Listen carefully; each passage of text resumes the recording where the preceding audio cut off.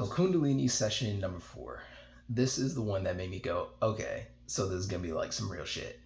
Um, but yeah, so I took everything that I learned in the first 3 meditations so far, and I got myself ready, got myself prepared.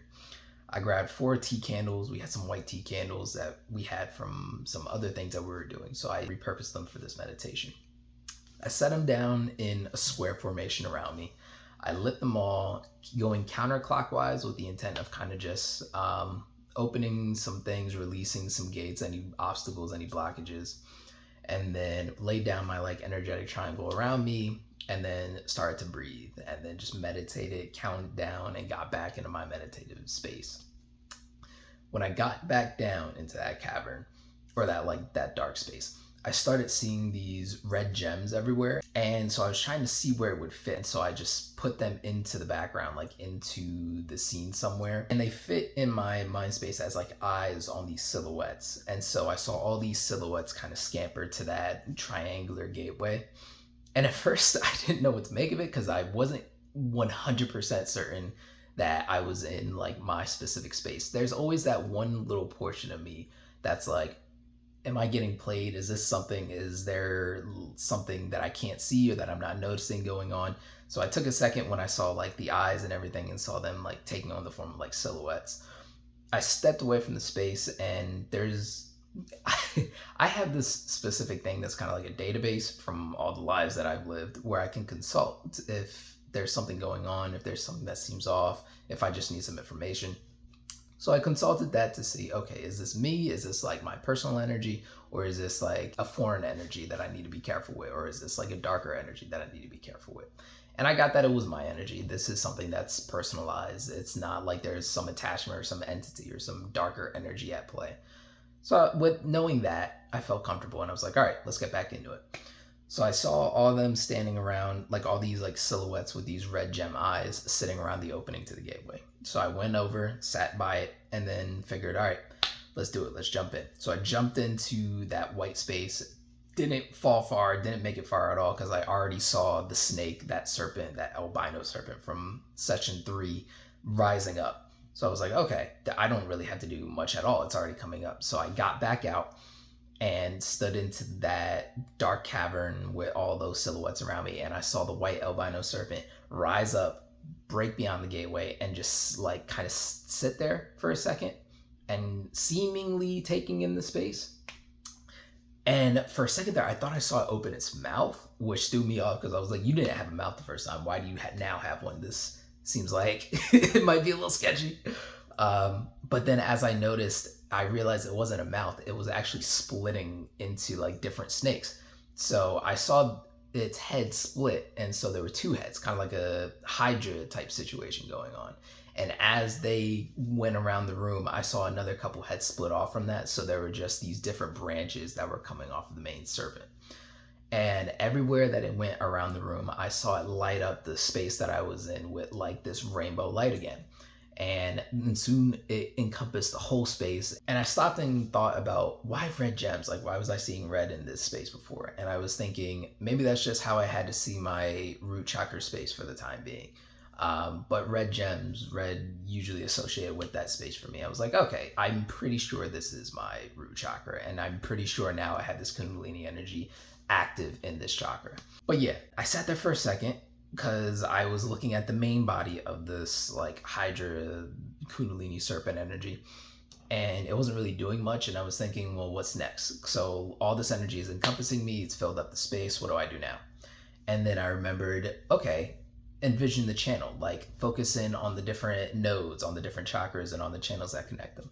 So instead of just envisioning my space as this room, I was able to bring in that construct from earlier. So I saw the room morph into like this kind of cone-shaped space, and then I saw this channel that branched up beyond me and that encompassed the rest of my chakras as different nodes along that space. So I felt the energy kind of rising up. I envisioned it and saw the serpent following the channel up to the next chakra. And at the same time, I also saw like different, I guess, net heads, different, I don't know what to really call it. I know that I was envisioning and seeing it as like a split head, like a Hydra head, but it's just energy, I guess, at the end of the day. So I saw these different energy pathways going down my legs and kind of like following the grounding path that I usually follow when I'm doing a grounding meditation. And as I saw that happening, I did feel a little bit more grounded, like a little more present in the moment.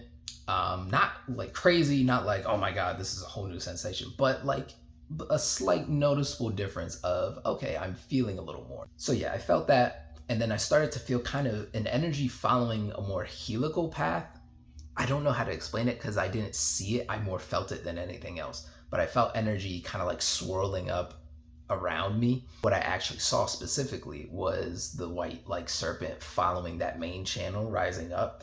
And I saw it go beyond my sacral, like beyond my sacral, beyond my solar plexus. I just saw it rising up. And eventually I saw it break past me, like past my crown chakra, and just like rise up to another, I guess, spatial dimension, I guess you could call it. But I felt freer. Like I just felt a lot more expansive as I watched it rise above me. And then I'm sitting there in the moment watching this thing go above me. And then there's this snap. And I just see all this energy fall right back down. And I feel like whiplash almost in my core. So much so to the point where like my eyes fly open and I like physically jolt forward. But I feel this snap, and I'm trying to think of like the best way to explain it because it was really something you have to just experience to be able to understand. But like, it felt like there was more to me. Like I felt energy around my hand, like around my legs, around my body. I had this idea of the rest of my spirit. Like when I'm usually doing meditations where I'm communicating with the rest of my spirit, where I'm consulting or trying to get advice on something or trying to understand something, I usually see that aspect of myself in like this kind of golden suit of armor with like really long hair. And so for me, I could like feel that armor around me now. And then I could like feel my hair being longer and like I could feel the locks.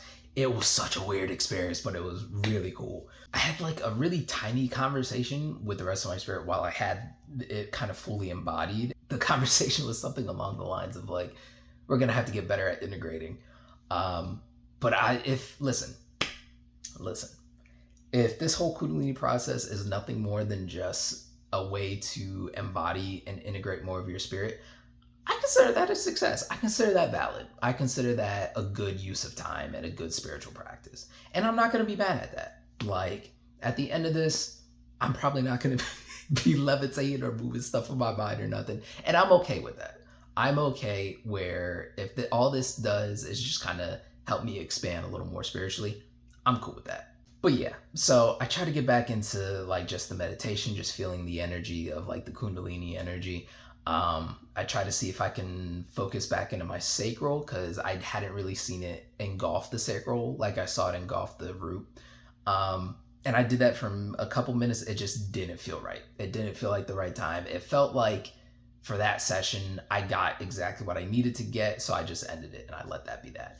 I came back to, blew out the candles clockwise, I guess, to kind of just finish out. And that was that. And I got up still feeling that like my spirit was overlaid with my body.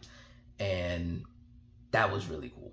And that lasted for about the rest of the night and going into the next day. So yeah, that was session 4. I've done session 5 and then I had like a session 5B because of what happened during session 5. I'll make those videos in a later date, hopefully sometime soon. Effect wise, still have this really strong urge to be in nature almost all the time now. I feel like if I go more than 3 days without going to a park or like being able to be in grass, I feel bad. Like it starts to wear on my soul. Like am I missing something critical? Work is unbearable. I'm having a lot more days where I can't ignore it anymore, where it's just so grating in my soul. And that could also be chalked up to, it being spring and the seasons changing and a lot changing around in my external world, as much as it could be chalked up to Kundalini exercises. So I'm waiting to kind of see more on that before I fully chalk it up to like, oh, this is an effect of Kundalini. I would say beyond that, I am also able to connect with like the rest of my spirit a little easier. I don't really have to be in a whole meditative state, so that's nice. And I have had a lot more moments of me kind of being able to get into a physical kind of energy, like being able to tap into that feminine dark energy a little more.